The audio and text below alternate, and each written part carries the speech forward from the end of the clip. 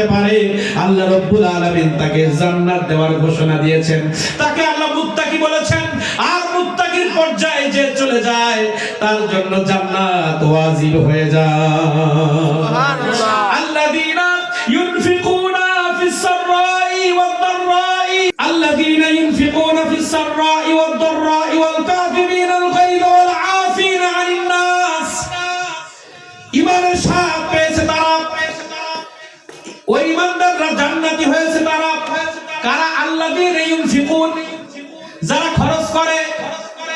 ওই খরচের কথা বলতে গিয়ে এই আয়াতটা হলো আল্লাযীনা ইউনফিকুন, যে ঈমানদাররা খরচ করে ফিস সাররাই ওয়াদ দাররা, যখন অসহায় থাকে তখন আল্লাহর রাস্তায় খরচ করে, যখন টাকা থাকে তখনও খরচ করে।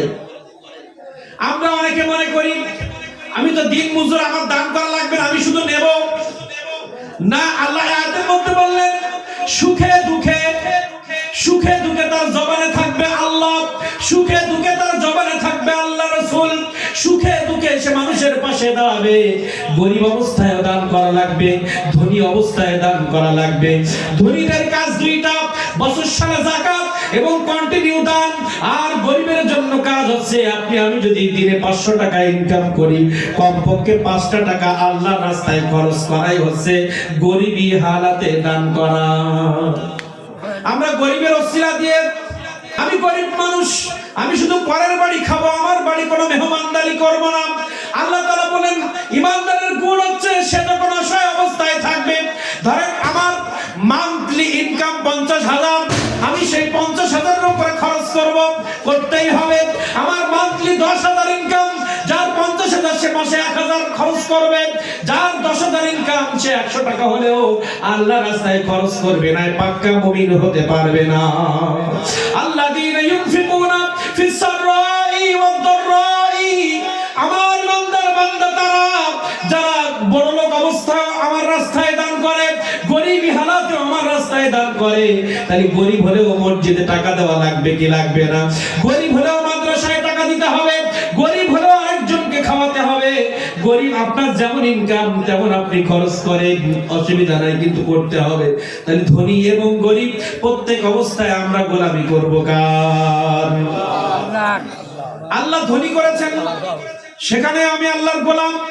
আমি গরীব, তাতেও আল্লাহর গোলাম, সব অবস্থায়। কারণ আল্লাহকে ভালো শুধু ধনীরা বাসবে না, গরীবরাও বাসবে। গরীবরা আল্লাহর বান্দা, ধনীরাও আল্লাহর বান্দা। এজন্য গরীব অবস্থায় যদি আমি মন খারাপ করি, কার সাথে মন খারাপ করলাম? গরীব হালাত তো আল্লাহ বেশি পছন্দ করেন। আমার নবীজি বলেছেন কিয়ামতের ময়দানে ধনীদের থেকে গরীবরা 500 বছর আগে জান্নাতে যাবে। 500 বছর? 500 বছর আগে জান্নাতে। আল্লাযীনা ইউনফিকুনা ফিস সাররাই ওয়াদ দাররা ওয়াল কাযিমিনা ওয়াল কাযিমিনা মিনাল গায়জ ওয়াল আফিনা আনিন নাস ওয়াল কাযিমিনা মিনাল গায়জ, রাগ হলে কন্ট্রোল করে। ওয়াল কাযিমিনা মিনাল গায়জ, অনেক রাগ হয়েছে, রাগটাকে কন্ট্রোল করা, এটা ঈমানদারের একটা গুণ। কেমন রাগ? বাড়িতে এসে দেখলাম আমার ছেলে দুষ্টামি করতেছে। ছেলে কি করতেছে? দুষ্টামি করতেছে। স্ত্রী আমার মনের বিরুদ্ধে একটা কাজ করে ফেলেছে, হঠাৎ করে রেগে মারা যাবে না, ধৈর্য ধরে তাকে বোঝানোর চেষ্টা করতে হবে। প্রতিবেশীর সাথে যেন আমরা দুইজন যদি ঝগড়া লাগি, আমারও রাগ মাথায় উঠে গেছে, এনারও উঠে গেছে, যদি আমি ধৈর্য ধারণ না করি ওনারও ফাটবে, আমারও ফাটবে। শক্তি বেশি থাকলে আমার কিল বেশি লাগবে, ওনার শক্তি বেশি 8টা হলেও লাগবে, ঠিক না? তাহলে এই দুজনের মধ্যে যে ধৈর্য ধরতে পারবে সে পাক্কা মুমিন। বিপদে যখনই আমি আমার রাগ উঠবে, রাগ কন্ট্রোল করার ঔষধ কি জানেন? আউযু বিল্লাহি মিনাশ শাইতানির রাজিম পড়তে হয় প্রথম। যখন আমার খুব রাগ হবে তখন কি পড়বো? আউযু বিল্লাহ। কারণ রাগ তো শয়তানের রূপ। রাগ হলে আউযু বিল্লাহি মিনাশ শাইতানির রাজিম পড়বো। যদি না কমে দাঁড়ায় থাকলে বসে পড়বো, বসে যদি না কমে শুয়ে পড়বো, শুইলে সব রাগ কমে যাবে। শুয়ে পড়লে কি হবে? সব রাগ কমে যাবে। এজন্য যখন খুব রাগ হয়, এই রাগ কন্ট্রোল করা ঈমানদারের গুণ। কিসের গুণ? ঈমানদারের গুণ। ওয়াল আফিনা আনিন নাস, আমাকে একজন অনেক কষ্ট দিয়েছে, ক্ষমা করে দাও। রাসূল কারীম সাল্লাল্লাহু আলাইহি ওয়াসাল্লাম সাহাবায়ে কেরামকে, সাহাবা নিয়ে ওয়াজ করতেছেন। প্রতিদিন আমার নবীজি তাকরীর করতেন, বয়ান করতেন।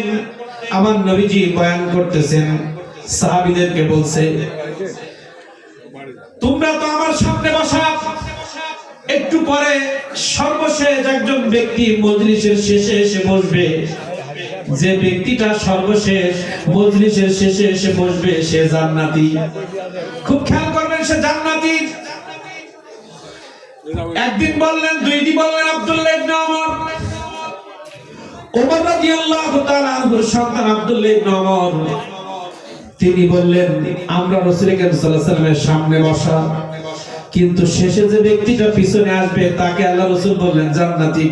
ঘটনা আছে, কারণ আমার নবীজিকে যাকে একবার জান্নাতি বলেছেন কনফার্ম জান্নাতি। আব্দুল্লাহ ইবনে ওমর চলে গেলেন খোঁজ নিয়ে সেই ব্যক্তির বাড়িতে। ব্যক্তির বাড়িতে গিয়ে বলছে, আমি আপনার কাছে 2-3 দিন মেহমান হতে চাই। হঠাৎ করে ওই ব্যক্তির বাড়িতে গিয়ে বললেন আমি বিপদে পড়েছি। আসলে কিছু বিপদ নাই, চেক করতে গেছে। আল্লাহ রাসূল বলেছেন জান্নাতি, তাহলে কি আমল আছে তার?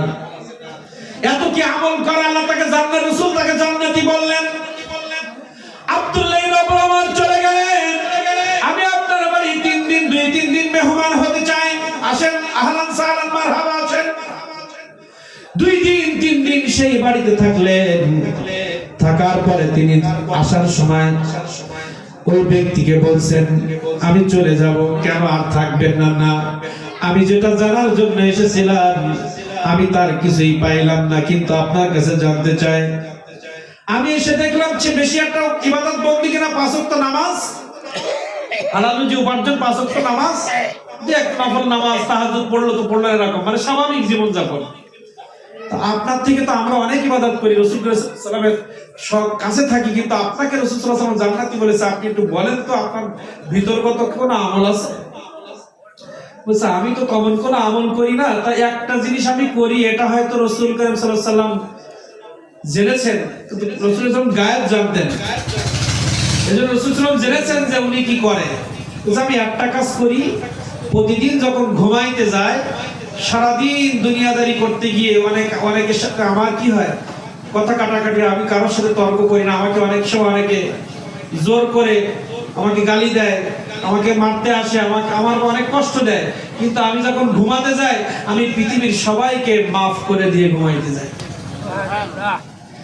আমি আল্লাহকে জানি, আল্লাহ এই পৃথিবীর জমিনে যাদের সাথে আমি উঠা বসা করি, কারোর সাথে কারোর উপরে আমার কোনো ক্ষোভ নাই, কারোর উপরে আমার কোনো ক্ষোভ নাই, রাগ নাই। আল্লাহ আমি তোমার একজন গোলাম, পৃথিবীর জমিনে আমার মতো পাপী কেউ নাই। আমাকে যদি কেউ কষ্ট দিয়ে থাকে, আমি যদি কারোর উপরে রাগ করে থাকি, আমি সবাইকে ক্ষমা করে দিলাম। ক্ষমা করা ইমানদারের একটি গুণ। তাহলে ধনী অবস্থায় গরিব অবস্থায় রাগ হলে কন্ট্রোল করা এবং সব মানুষকে ক্ষমা করে দেওয়া, ক্ষমা করা প্র্যাকটিস যদি করতে পারি ঈমানের স্বাদ পেয়ে যাব। তাহলে ঈমানদারের গুণ কয়টা পাইলাম? এখানে 4টা। আল্লাহ রাব্বুল আলামিন সূরা মুমিনুনের মধ্যে ঈমানদারের 7টা গুণের কথা বলেছেন। আমরা ঈমানদার শুধু দাবি করলে হবে না।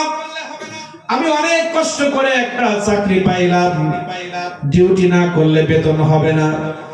আমি যদি সারাদিন বাড়ি ঘুমায় থেকে মাস শেষে বলি মালিক আমাকে আপনি বেতন দেন, কি করেন? দেবে? বেতন দিবে না। সরকারি চাকরি 1 দিন 2 দিন 3 দিন আপনি যাবেন না, আপনাকে শোকেস করবেন। যদি মোটে না যান আপনাকে চাকরি থেকে বরখাস্ত করবে, বেতন দিবে না। এই চাকরির জন্য কিন্তু আপনি কম কষ্ট করেন নাই জীবনে। আপনি জীবন বাজি রেখে ঈমান এনেছেন। আপনি ঈমান আনলে আপনার মেরে ফেলে দেওয়ার হুমকি দিয়েছেন। আপনি জীবন বাজি রেখে আল্লাহকে বিশ্বাস করেছেন। ঈমানদার হতে গেলে অনেক কষ্ট, বেঈমানের জন্য কোনো কষ্ট নাই, বেঈমানের কোনো আমল নাই। ঈমানদার হতে গেলে যত কষ্ট, ঈমানদার হতে গেলে নামাজ পড়া লাগে, যাকাত দেওয়া লাগে, হজ করা লাগে, পিতামাতার খেদমত করা লাগে, প্রতিবেশীর হক আদায় করা লাগে, সন্তানের হক আদায় করা লাগে, স্ত্রীর হক আদায় করা লাগে, আহলে সুন্নাত ওয়াল জামাতের আকীদা লালন করা লাগে। ঈমানদার হতে গেলে অনেক কষ্ট কষ্ট করতে হয়। ফজর বেলা ইমাম মুয়াজ্জিন সব যখন আজান দেয়, আজানের সাথে সাথে শীতের মধ্যে ঠান্ডা লাগলে ওযু করে মসজিদে যাওয়া লাগে। ইমামদার যারা না, তাদেরকে ওযু করার দরকার নাই, নামাজের দরকার নাই। এজন্য ইমানদারের জন্য অনেক কষ্ট আছে। কি আছে? ইমানদারের জন্য অনেক কষ্ট আছে। এজন্য অনেক কষ্ট করার পরে ইমানদার হতে হয়।